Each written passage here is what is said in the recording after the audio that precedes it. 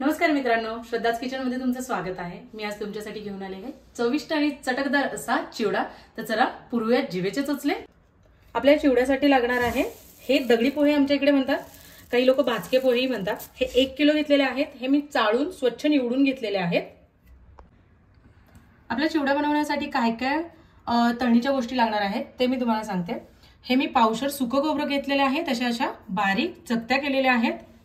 इथे पावशर शेंगदाणे घेतलेले आहेत, 1 वाटी काजू घेतलेले आहेत, 1 वाटी फुटाण्याची डाळ, इथे घेतले आहेत बेदाणे, 4 टेबलस्पून लाल मिरची पावडर आहे, अर्धा वाटी पिठी साखर, चवीप्रमाणे मीठ आणि हा मी चिवडा मसाला यूज करणार आहे। हा 100 ग्रॅम आहे।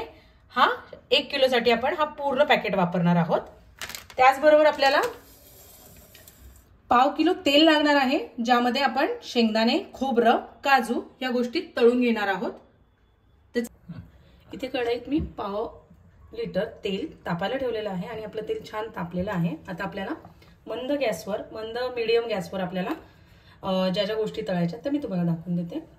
मी आधी काजू तळायला घेते। लालसर असे भाजायचे, जास्त करपवायचे नाहीयेत आणि कच्चेही नाही ठेवायचे।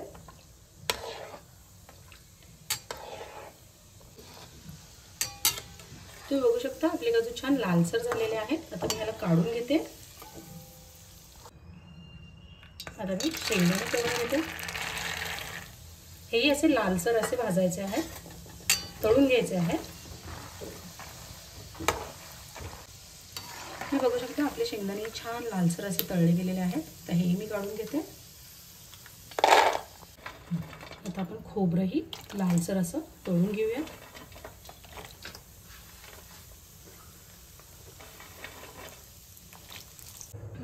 मी खोबरं लालसर तळून घेतलंय आणि काढूनही घेतलं। मी आता ही फुटाण्याची डाळ घालते आहे आणि ही लालसर अशी आपण तळून घेऊया। तुम्ही बघू शकता आपली डाळ ही छान लाल झालेली आहे। आधी मी गॅस बंद करते आणि डाळ काढून घेते। आपण जे गोष्टी तळून घेतल्या, खोबरं, शेंगदाणे वगैरे जे तळून घेतलं, आपण तेच तेल यूज करणार आहोत। हे तेल पूर्णपणे थंड होऊन द्यायचं आहे, मग त्याच्यानंतर आपण पुढची प्रोसेस करणार आहोत। आणि टिप म्हणजे जेव्हा तुम्ही या गोष्टी तळत असता तेव्हा त्या थोड्याशा जेव्हा लालसर दिसायला लागतात तेव्हाच तुम्ही त्या काढायच्या, कारण की त्या तेलाच्या गरमीने त्या आतल्या आत तळत जातात, म्हणजे भाजत जातात। मग तुम्ही जर जास्त लाल होईपर्यंत ठेवल्या तर त्या करपू शकतात। त्यामुळे तुम्ही जसं ते लाल दिसायला लागतात तेव्हाच काढायच्या, म्हणजे छान त्याला लालसर असा रंग येतो। आता मी हे जे पोहे आपले होते त्यामध्ये घालते हे मनुके।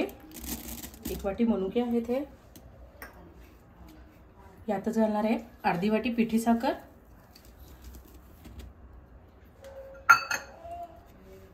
चवीप्रमाणे मीठ। हे मी नॉर्मल मीठ यूज केलेलं आहे आणि थोडंसं एक काळं मीठ यूज करते, थोडासा टँगी टेस्ट येण्यासाठी। आता यातच मी हे जे आपण तळून घेतलेले पदार्थ होते ते सगळे घालते।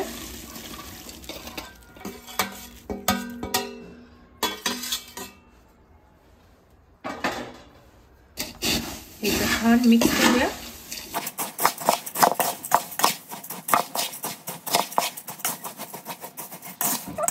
साइडला करते। हे जे आपण तळले होतं, सगळे पदार्थ जे तळले होते तेच तेल आहे, हे पूर्णपणे थंड झालेलं आहे। मी आता यातच घालते आपली मिरची पावडर घालते आणि हा जो चिवडा मसाला आहे तो।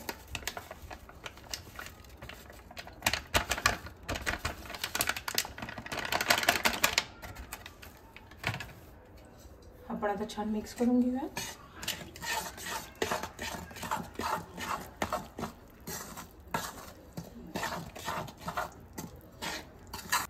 आता आपण हा जो मसाला तेलात घातला होता तो आपण यात छान पोह्यांमध्ये घालून घेऊया।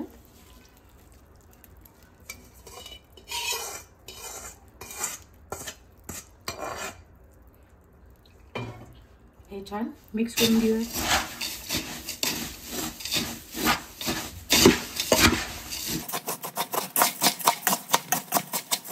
तुम्ही बघू शकता आपले सर्व जिन्नस एकजीव झालेले आहेत. तुम्ही बघू शकता आपला चिवडा किती छान मस्त झालेला आहे. तुम्ही रेसिपी नक्की ट्राय करा. माझ्या चॅनलला लाईक, शेअर आणि सबस्क्राईब करायला विसरू नका आणि तुमच्या कमेंट नक्की शेअर करा. थँक्यू.